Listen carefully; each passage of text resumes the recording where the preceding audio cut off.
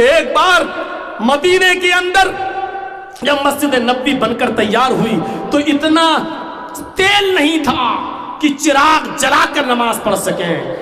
2-3 مہینے تک اندھیرے میں نماز ہوتی رہی. مسجد نبوی بننے کے بعد فجر کی نماز میں اندھیرا رہتا تھا, مغرب کی نماز میں اندھیرا رہتا تھا, عشاء کی نماز میں اندھیرا رہتا تھا, اس لیے کہ کسی کے پاس اتنا تیل نہیں تھا کہ وہ چراغ جلا سکیں, اتنا تیل نہیں تھا. 3-4 مہینے کے بعد ایک بار عشاء کی نماز پڑھانے کے لیے اللہ کے رسول مسجد نبوی میں گھسے تو کیا دیکھتے ہیں کہ مسجد نبوی کے کونے میں چراغ جل رہا ہے اور چراغ کی روشنی میں صحابہ کے چہرے جگمگا رہے ہیں. اللہ کے نبی صلی اللہ علیہ وسلم نے پوچھا یہ چراغ کس نے جلایا؟ ایک کونے سے آواز آئی, ایک صحابی کی, حضرت تمیم داری کی, کہ اللہ کے رسول ہم نے جلایا ہے, ہمارے پاس ایکسٹرا کچھ تیل تھا وہ میں لایا اور اس تیل سے چراغ جلایا ہے میں نے. اے اللہ کے رسول آج کے بعد مغرب اور عشاء اور فجر کی نماز میں اس مسجد میں چراغ جلے گا اور تیل کی ذمہ داری میری ہے, وہ تیل میں لا کر دوں گا. اللہ کے نبی نے نماز پڑھائی. نماز پڑھانے کے بعد تمیم داری نے پوچھا اے اللہ کے نبی کیا کوئی غلط تو نہیں کیا میں نے چراغ جلایا ہے, اس مسجد میں روشنی کر دی ہے, کوئی غلط تو نہیں کیا؟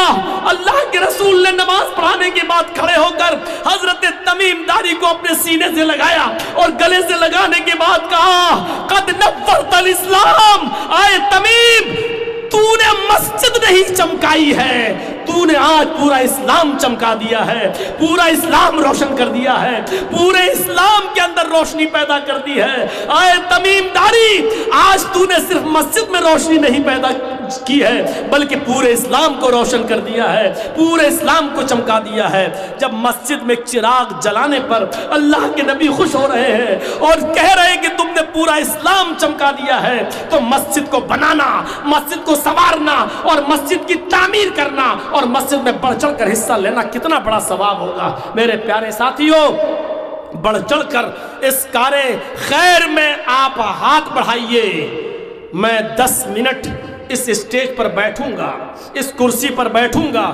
آپ سے میری گزارش ہے, آپ نے اور لوگوں کے ہاتھ میں جو دیا ہے اس مسجد کے لیے میرے ہاتھ میں آپ کیا دیتے ہیں, مجھ سے کتنی محبت ہے. حضرت تمیم داری والی روایت سننے کے بعد آپ کے دل میں کتنا ایمان پیدا ہوتا ہے اور آپ کتنا اس مسجد کی تعمیر و ترقی میں بڑھ چڑھ کر حصہ لیتے ہیں, یہ آج مجھے دیکھنا ہے. میرے بھائیوں, ہم یہ بھی دیکھتے ہیں کہ آپ اتنی محبتوں سے مجھے بلاتے ہو, آج میری بات کتنی رکھتے ہیں آپ اور میری بات کا کتنا سمان دیتے ہیں آپ میری بات کو, یہ بھی آج ہم آپ کو آزمائیں گے اور دیکھیں گے. اللہ تعالیٰ سے دعا ہے کہ بارے الہ اس مسجد کے کام میں بڑھ چڑھ کر حصہ لینے والوں کو اے اللہ تو اجر عظیم عطا فرما, ان کو اجر عظیم سے نوازے. میرے بھائیوں, پھر ہم آپ سے گزارش کرتے ہیں کہ معاشرے کی اصلاح کریے اور ان تمام برائیوں کو اپنے معاشرے سے دور کریے. ہماری ماں بہنیں پردے کی پابندی کریں, جوا, سٹا, شراب نوشی اور یہ ساری چیزوں سے اپنے سماج کو صاف کریے اور دینی ماحول پیدا کریے.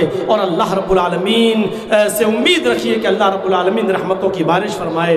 اگر ہمارے اندر برائیاں رہیں تو اللہ کا عذاب بھی ہمارے اوپر آ سکتا ہے. اللہ اپنے عذاب سے ہمیں محفوظ فرما اور بار الہ ہمیں نیک کاموں کی کرنے کی توفیق عطا فرما. الہ العالمین, ہم تجھ سے دعا کرتے ہیں کہ جب تک تو ہمیں زندہ رکھ, اسلام